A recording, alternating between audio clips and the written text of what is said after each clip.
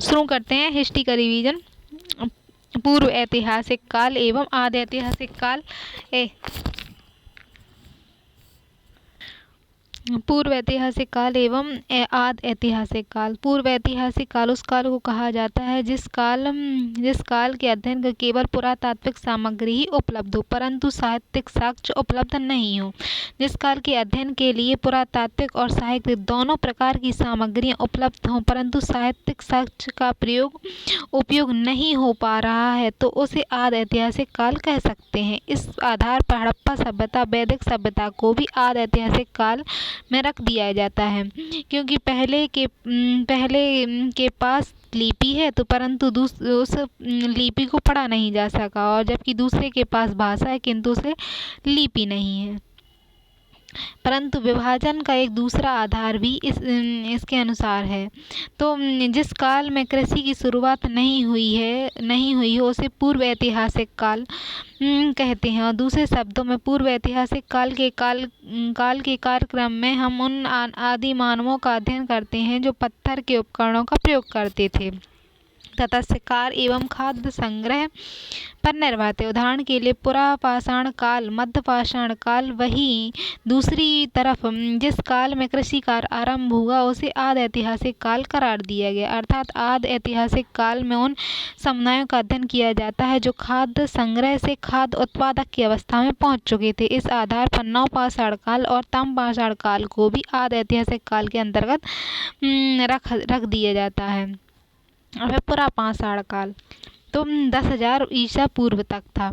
तो भारत में आरंभिक मानव के विकास को प्रस्तर युग से जोड़कर देखा जा सकता है। भारतीय महाद्वीप में पुरापाषाण काल से मानव गतिविधियां देखने को मिलती हैं। इस काल में मानव शिकारी और खाद्य संग्रह था तो पुरापाषाण काल था। फिर मध्य पाषाण काल तो 10,000 ईसा वर्ष पूर्व से 600 ईसा पूर्व तक था। तो पुरापाषाण काल एवं नवपाषाण काल के बीच एक अवस्था की परिकल्पना की गई। इसे मध्य पाषाण काल के नाम से जाना जाता है। इस काल में सभी जो मानव शिकारी एवं खाद्य संग्रह ही था परंतु शिकार एवं खाद्य पद्धति में क्या था परिवर्तन आ चुका था।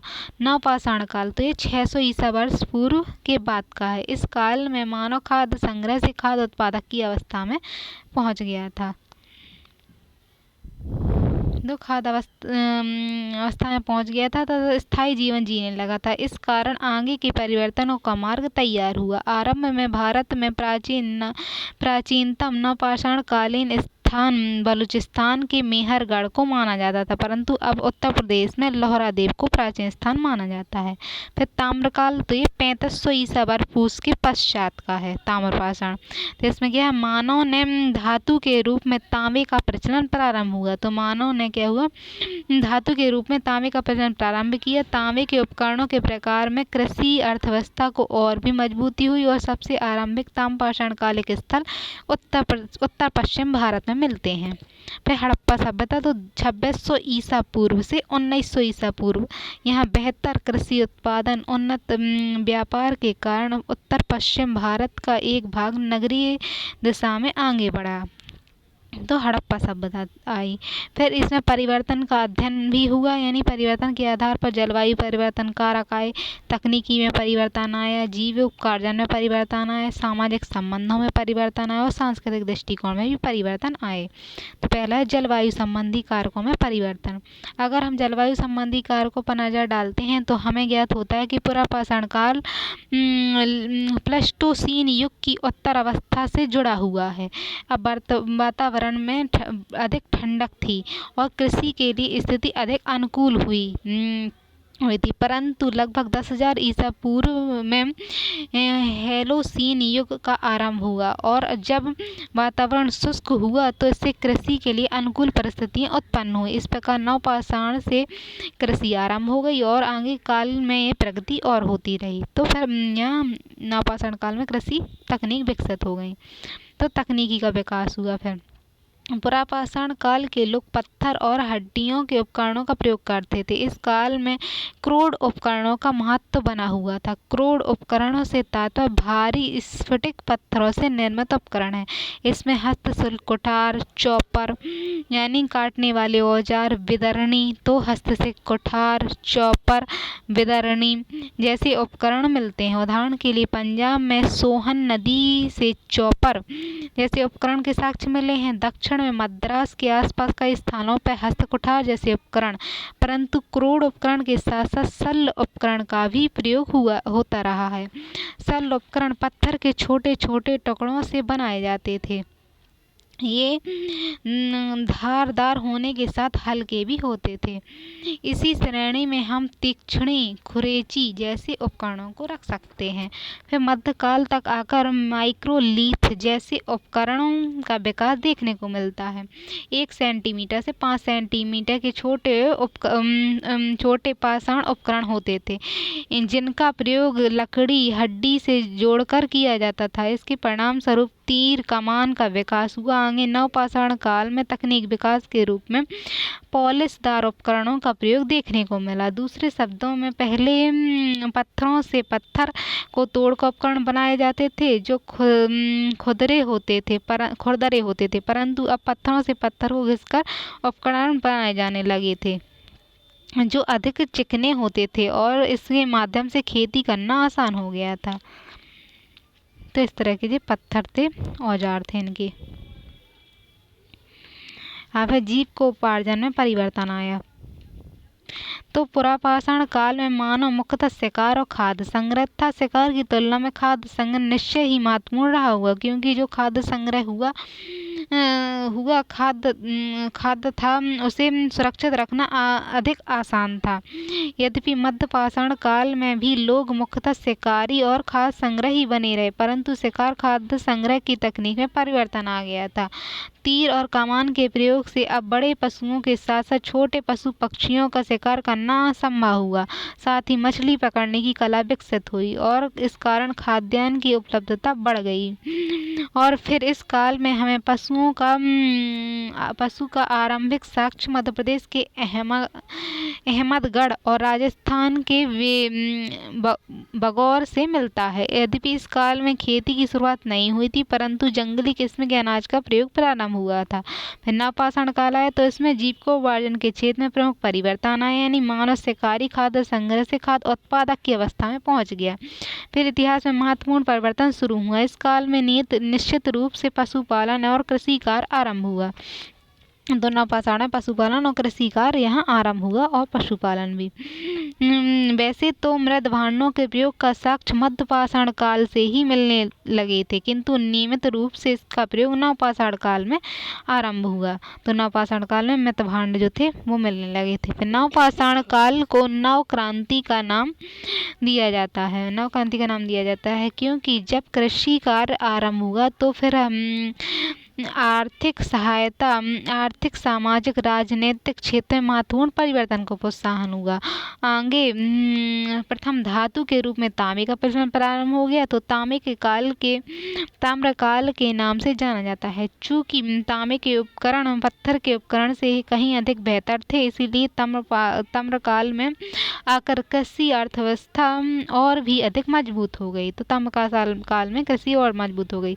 अब सामाजिक परिवर्तन, समाज में परिवर्तन आया, यानी पुरापाषाण काल में समाज कहता था समतामूलक समाज के उदाहरण हैं, जैसे बैंड सोसाइटी का नाम दिया जाता है। लोग शिकार और खाद्य संग्रह में उतना ही अर्जन करते थे जितना खपत हो जाता था, अतिरिक्त उत्पादन की गुंजाइश नहीं थी। अब जहाँ तक पुरुष महिला संबंध का सवाल है, तो इनका संबंध में मानव शास्त्रियों की सामान्य धारणा है कि महिलाओं की स्थिति का निर्धारण उत्पादन में उनकी भागीदारी के आधार पर किया जा सकता है। चूँकि महिलाएं खाद्य संग्रह से जुड़ी हुई थीं और शिकार की तुलना में खाद्य संग्रह अधिक महत्व था, इसीलिए महिलाओं की स्थिति समाज में अधिक बेहतर रही होगी।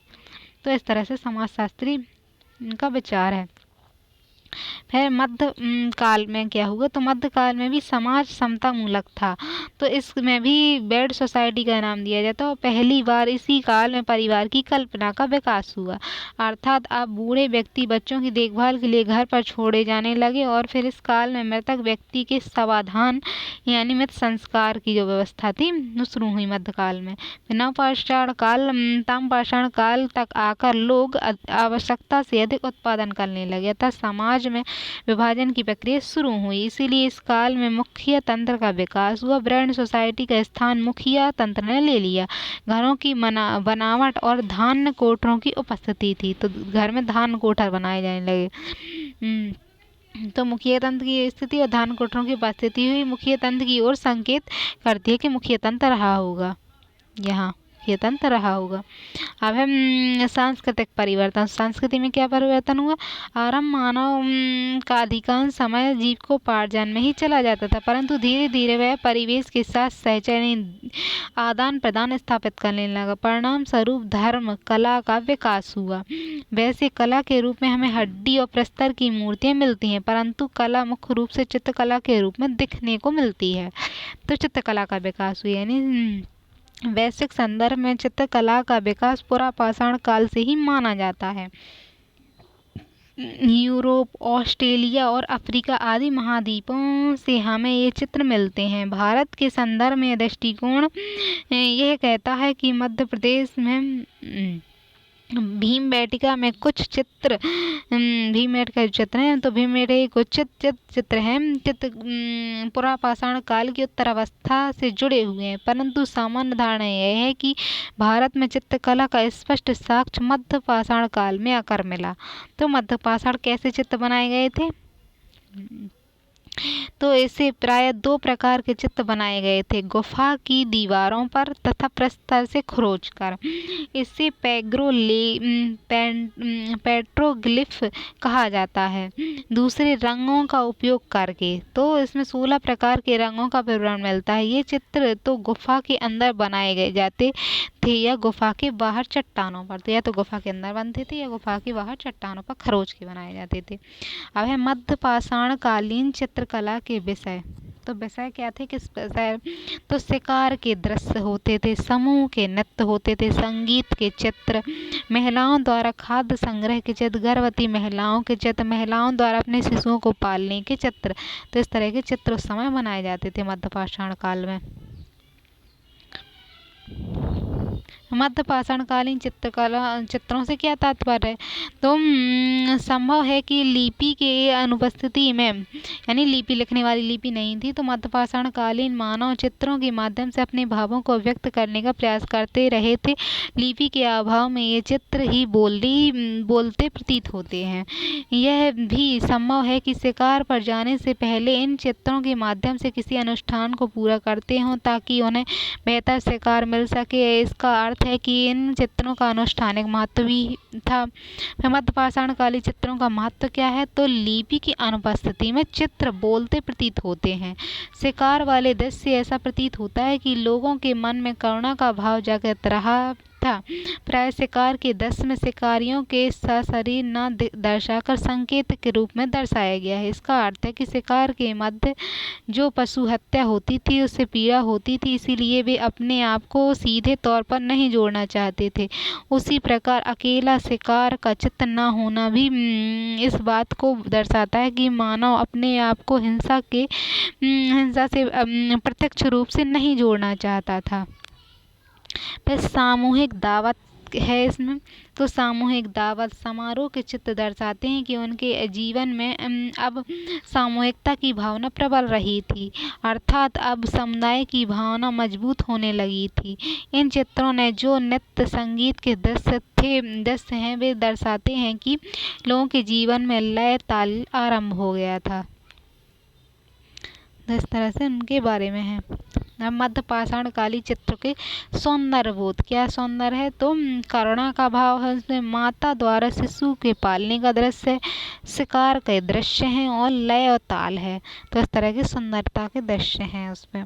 फिर मध्य पाषाण कालीन चित्रकला में सौंदर्य बोध आधुनिक चित्रकला से कहाँ तक तुलना की जा सकती है, कि आधुनिक समाज में कहाँ तक है?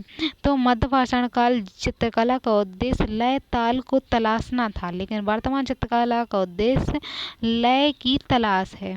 तो लय को तलाशना था उसमें मध्य पाषाण काल में, उद्देश्य लय को तलाशना था। वर्तमान चित्रकला का उद्देश्य लय की ही तलाश है।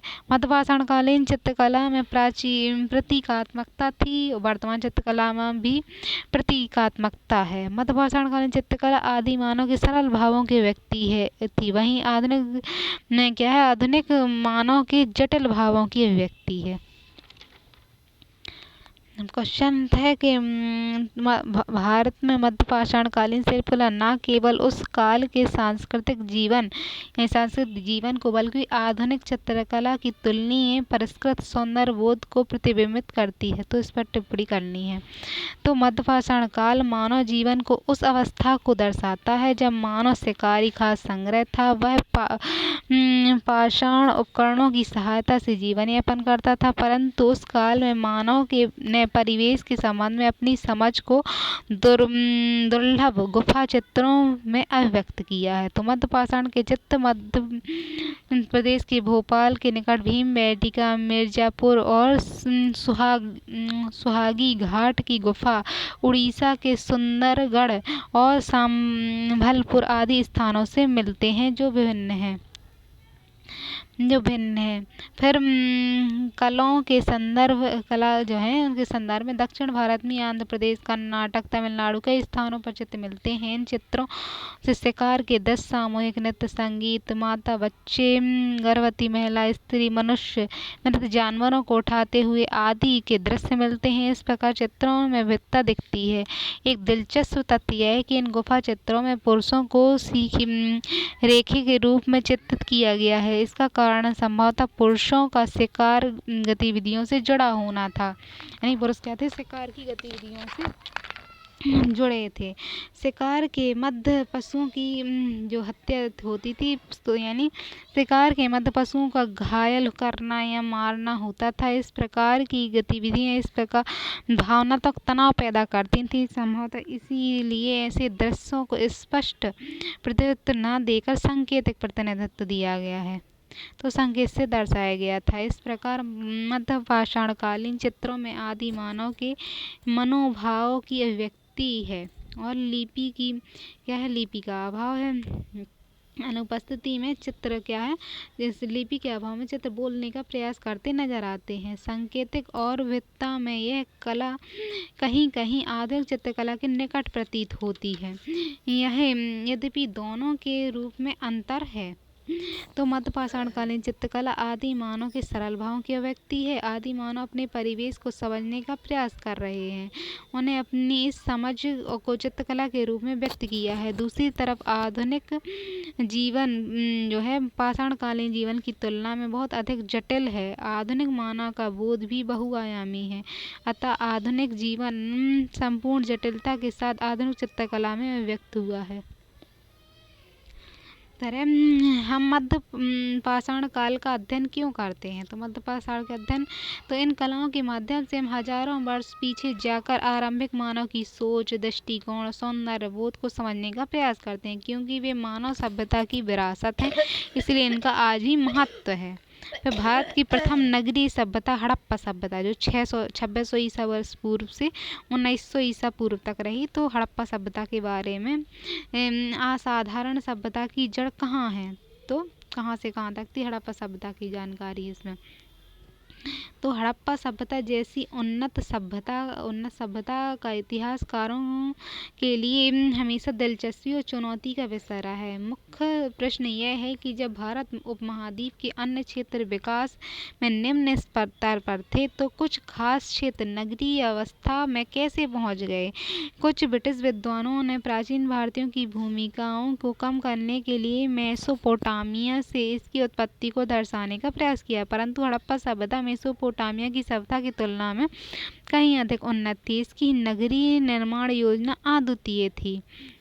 इसकी लिपि और मोहरें भी लिपि जो थी तो लिपि और मोहरें भी अलग थी, इसलिए हड़प्पा सभ्यता को मेसोपोटामिया की सभ्यता उत्पत्ति से बिल्कुल उचित नहीं है। बिल्कुल मतलब उत्पत्ति वहाँ से कहना उचित नहीं है।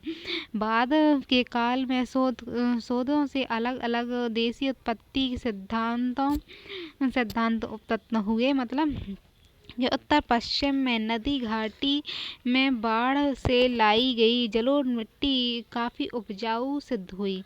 इस कारण लोग आवश्यकता से अधिक अनाजों का उत्पादन करने लगे। फिर कृषि अधिशेष ने शिल्पों उद्योगों के विकास को प्रोत्साहन दिया। इसी समय शासक वर्ग पुरोहित वर्ग का उद्भव हुआ। उनके द्वारा अधिशेष उत्पादों को कर और धर्म के माध्यम यानी धर्म का भी प्रचार हुआ, तो धर्म के माध्यम से खास केंद्र पर एकत्रित किया गया।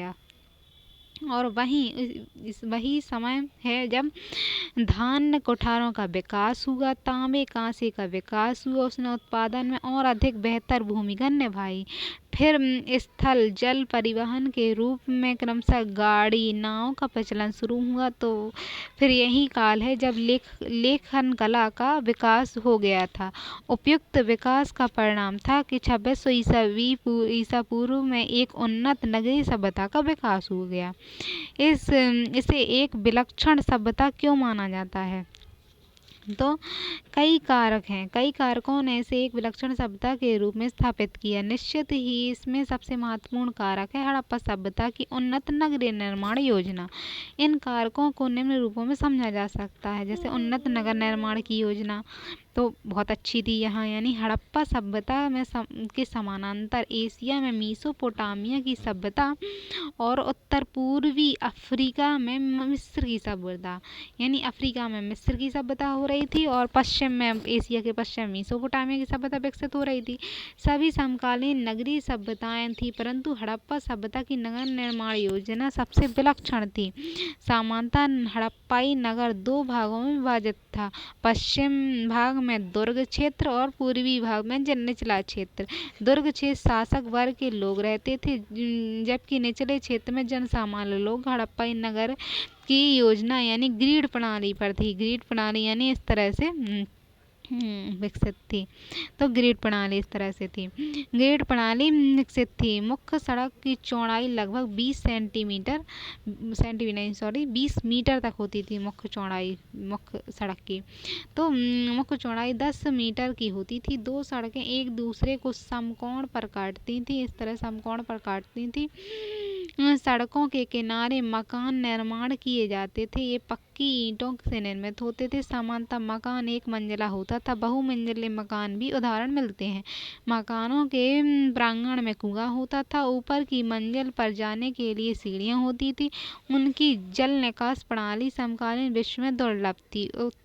ऊपर की मंजिल से जल निकासी के लिए निकास पाइप होता था और पीछे गली में नाली में मिलता था। गली की नाली मुख्य सड़क की नाली से जुड़ी हुई थी। मुख्यतः सड़कों की नाली की सफाई के लिए नरमोखे भी बने हुए थे। उनके द्वारा अपनाई गई जल संरक्षण की नीति भी अति दुर्लभ है। उनका ज्वलंत उदाहरण है गुजरात का धौलावीरा। तो हड़प्पाई नगरों में बेहतर गवर्नेंस देखने को मिलता है, क्योंकि नगर निर्माण के नियमों में कहीं भी उल्लंघन नहीं है। तो यहाँ गवर्नेंस यानी अच्छी रही होगी। तो इस तरह के हड़प्पाई दुर्ग थे। फिर जन सामान्य की स्थिति कैसी थी? अगर हम अन्य समकालीन सभ्यताओं में हड़प्पा सभ्यता के शासक वर्ग की तुलना करते हैं तो अंतर स्पष्ट हो जाता है। हड़प्पाई शासक वर्ग के लोगों की दृष्टि अपेक्षाकृत समता मूलक थी, जहाँ मेसोपोटामिया और मिस्र के शासकों ने अधिक संसाधनों का उपयोग क्रमशः मंदिरों जुगदरत यानी मंदिर और पिरामिड स्मारक के निर्माण पर खर्च किया था, जबकि जनसामान्य झोपड़ी और कच्ची ईंटों में मकान में रहते थे। वहीं हड़प्पा सभ्यता के शासक वर्गों ने सार्वजनिक भवनों के निर्माण पर कम खर्च किया। तो सार्वजनिक जो भवन थे जैसे मंदिर अंदर, तो इसमें कम खर्च किया, जबकि जनसामान्य के जीवन स्तर को ऊंचा उठाया। जनसामान्य पक्की ईंटों के मकान में रहते थे।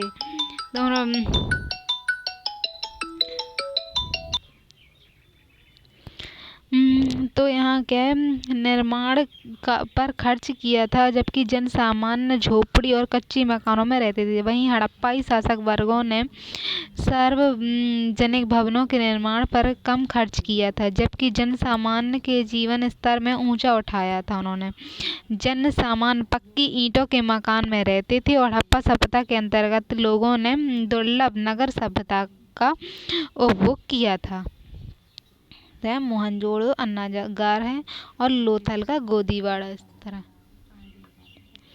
अब है धौलावीरा का स्टेडियम। ये क्वेश्चन है यहाँ, सिंधु घाटी सभ्यता की नगरीय आयोजना एवं संस्कृति ने किस सीमा तक वर्तमान युगीन नगरीकरण को निवेश प्रदान किया, चर्चा कीजिए।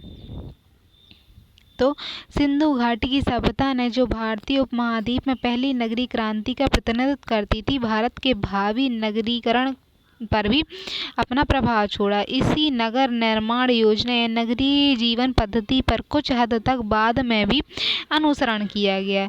नगर निर्माण में हड़प्पाई लोगों ने आयोजन और यानी प्लानिंग जो थी का विशेष महत्व दिया। प्रत्येक महत्वपूर्ण नगर 2 खंडों में विभाजित था, दुर्ग और निचला शहर। वर्तमान शहर में भी सरकारी संस्थानों को रिहायशी इलाकों से पृथक रखने की पद्धति प्रचलित है। हड़प्पा सभ्यता के अंतर्गत सड़क, गली एवं जल प्रबंधन अनुकरणीय था। वर्तमान नगरों में भी मुख्य सड़क का निर्माण पर विशेष बल दिया जाता है। उसी प्रकार गली एवं जल निकासी प्रणाली भी नगरीय निर्माण की आदर्श योजना में शामिल होती हैं। हड़प्पाई लोगों ने बड़ी संख्या में पकाई गई ईंटों का प्रयोग किया। वर्तमान में निर्माण कार्य ईंटों का महत्व बना हुआ है।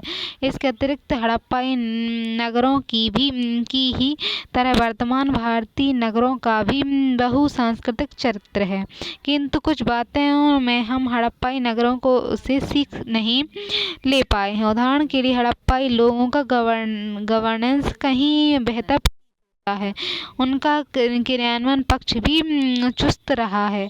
अंत में वर्तमान नगर निर्माण की रूपरेखा तैयार करते हुए हमें इस बात से प्रति सावधान रहने की जरूरत है कि आखिर क्यों अपनी तमाम विलक्षणताओं के बावजूद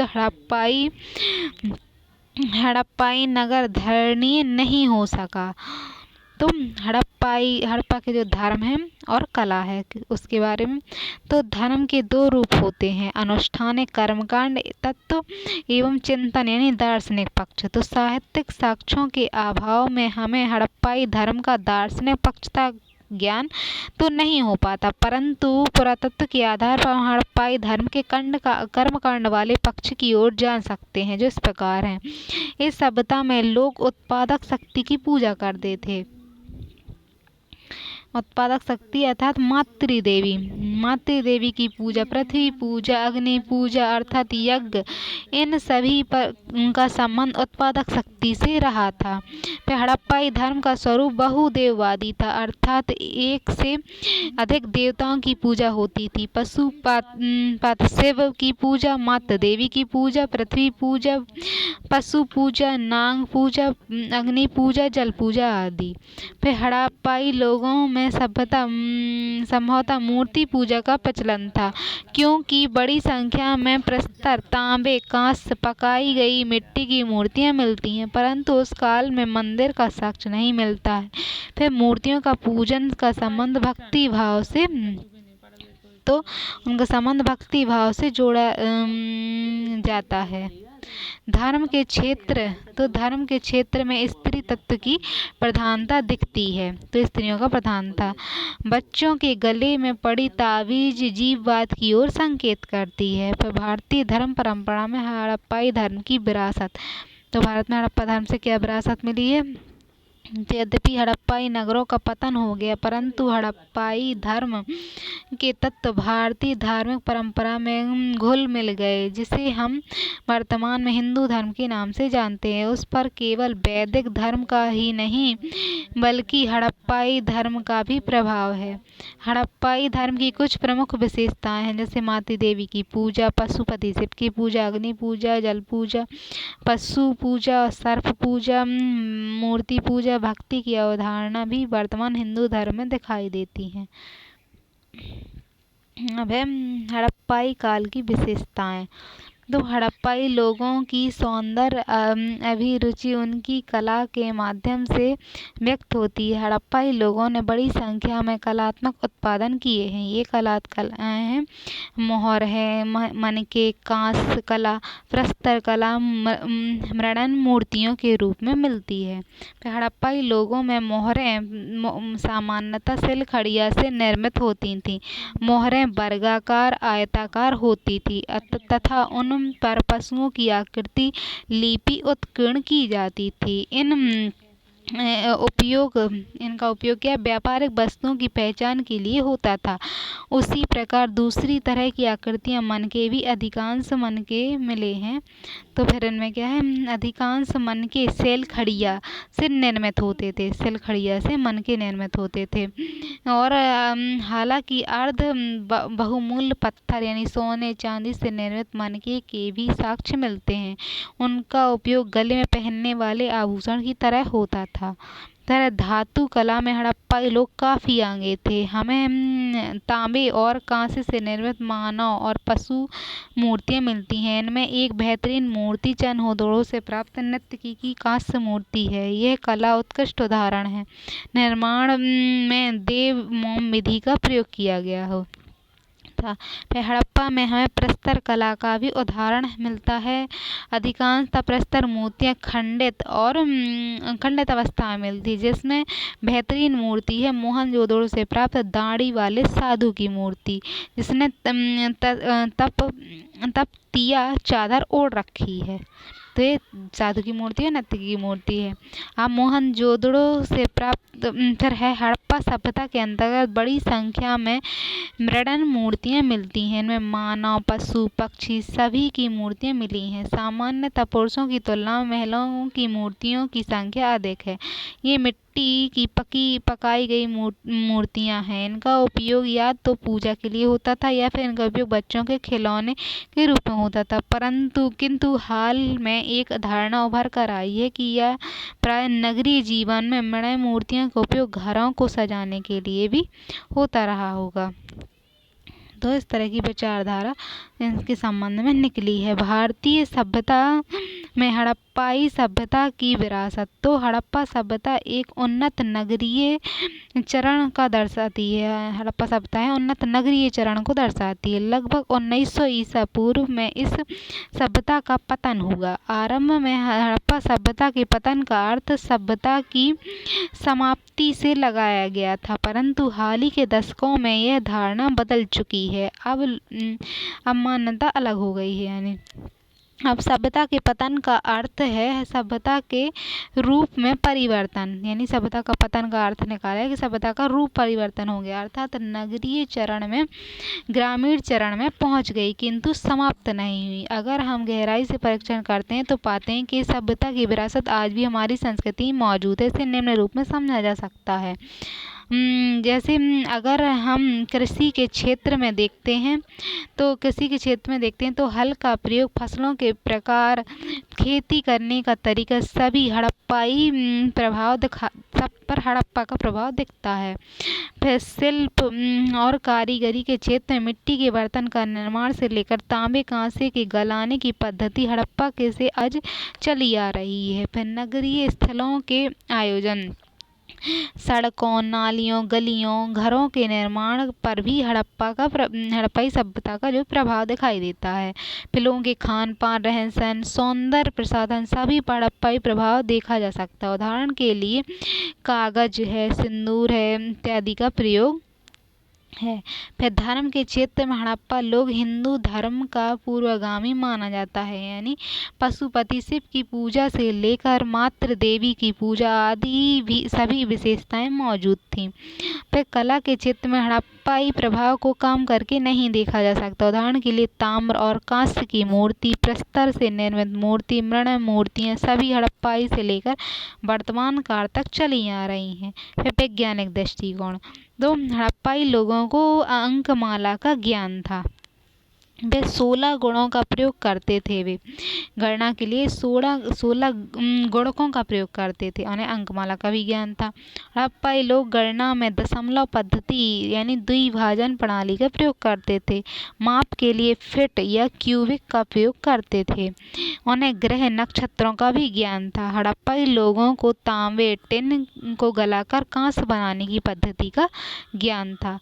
फिर प्रश्न है कि मिस्र या मेसोपोटामिया और यूनान की सभ्यता के विपरीत भारत की प्राचीन संस्कृति अवांछित रूप से चलती रही। तो इस पर टिप्पणी लिखना है कि भारत की संस्कृति क्यों इस तरह से चलती रही और बाकी सभ्यता नहीं। तो अन्य समकालीन संस्कृतियों की तुलना में भारत में प्राचीन संस्कृति की स्थिति निश्चित ही भिन्न रही। जहाँ मिस्र, मेसोपोटामिया, यूनान की प्राचीन संस्कृतियाँ एक बार जो कह रही थी चल रही थी तो एक बार विस्मृत हो गई, यानी वो खत्म हो गई, विस्मृत हो गई और फिर दोबारा प्रकट हुई थी। वहीं भारत की प्राचीन संस्कृति कुछ व्यवधानों के बावजूद निरंतर चलती रही। मिस्र, मेसोपोटामिया से एशिया की प्राचीन सभ्यताएं विकसित हुई थीं, परंतु इस्लाम ने इन कुछ क्षेत्रों को जीतकर उनका तीव्र इस्लामीकरण कर दिया और पुरानी सभ्यताएं दब गईं और आधुनिक काल में आकर ही लोग उन सभ्यताओं से परिचित हो सके। उसी प्रकार यूनान में और रोम की क्लासिकल सभ्यता यानी यूरोप में ईसाई धर्म के विस्तार के साथ दब गई थी। तो यूरोप की जो सभ्यता थी तो क्लासिकल सभ्यता ईसाई धर्म के प्रभाव में दब गई थी। फिर आगे चलकर 16वीं सदी में यूरोप में पुनः जागरण के पश्चात ही लोग उन क्लासिकल सभ्यताओं की धरोहर को समझ सके, यानी उन्हें बाद में उन्होंने समझा। इसके विपरीत भारत की प्राचीन संस्कृति कभी भी विस्तृत नहीं हुई, मतलब विस्मृत नहीं हुई, भूली नहीं और आरंभ से जो बृहद आक्रमणकारी आए वे भारतीय संस्कृति में ही घुल मिल गए और 1000 ईस्वी के पश्चात इस्लाम का आगमन धार्मिकता को लेकर आया, परंतु वह भारत के बड़े पैमाने पर कोई धर्मांतरण नहीं कर सका। इसलिए भारत में मुस्लिम अल्पसंख्यक बने रहे। भारत की प्राचीन संस्कृति का इस्लामीकरण नहीं हो सका।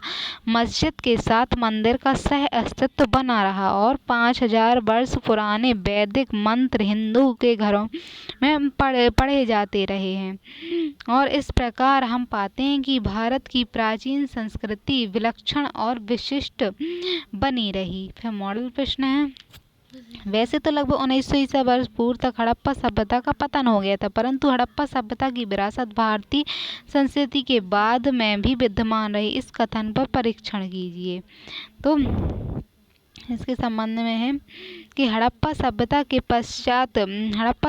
पश्चात की अवधारणा, यानी हड़प्पा सभ्यता जब थी उसके पश्चात क्या हुआ। तो ताम्रकालीन संस्कृति आई 1900 ईसा पूर्व से 1100 ईस्वी परिवर्तित हड़प्पा सभ्यता थी जो 1300 ईस्वी तक चली।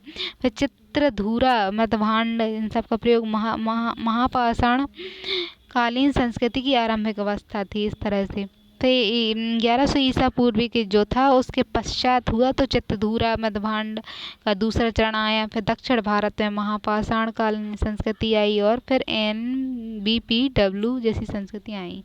इस तरह से जिस संस्कृति में विकास हुआ। तो हड़प्पा सभ्यता के पतन के पश्चात भारतीय उपमहाद्वीप में विभिन्न संस्कृतियों ने निम्नलिखित स्थिति रही। जैसे हम जानते हैं तो मतलब सभ्यता का पतन हो गया तो फिर स्थिति उनकी कैसी रही, इस बात को बता रहे हैं।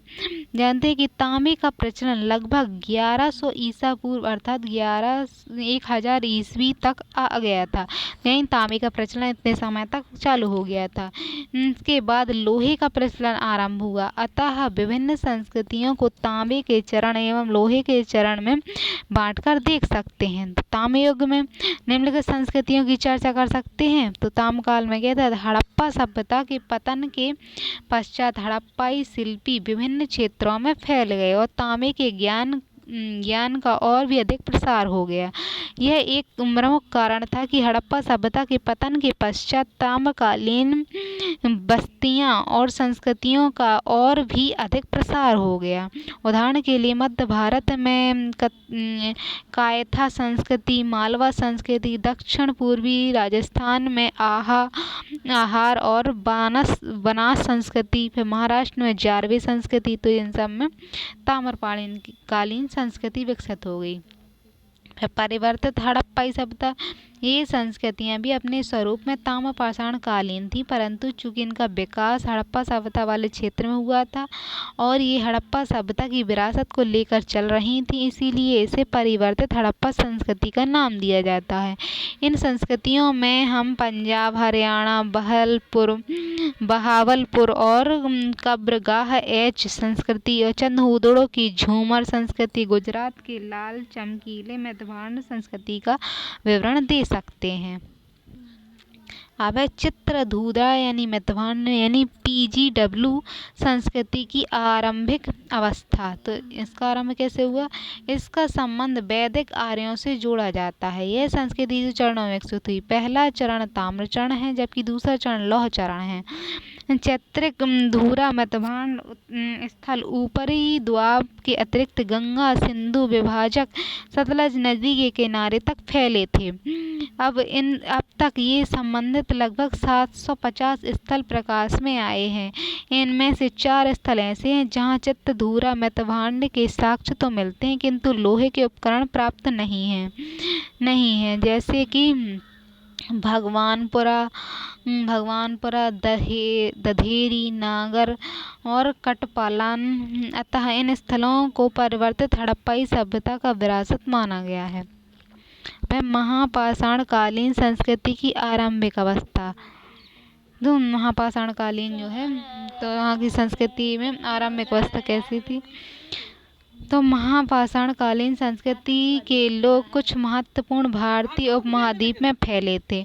महापाषाण कालीन संस्कृति ऐसे समुदायों से जुड़ी हुई थी जो मृत्यु के बाद शानदार कब्र भी बनाते थे। इन संस्कृति का आरंभिक चरण तो ताम्र चरण से जुड़ा हुआ है। फिर मेगास्थलीक लोगों से पूर्व नवपाषाण कालीन तथा ताम्रपाषाण काल के लोगों ने घर के अंदर ही क्या किया था? घर के अंदर सावधान की पद्धति जारी रखी थी।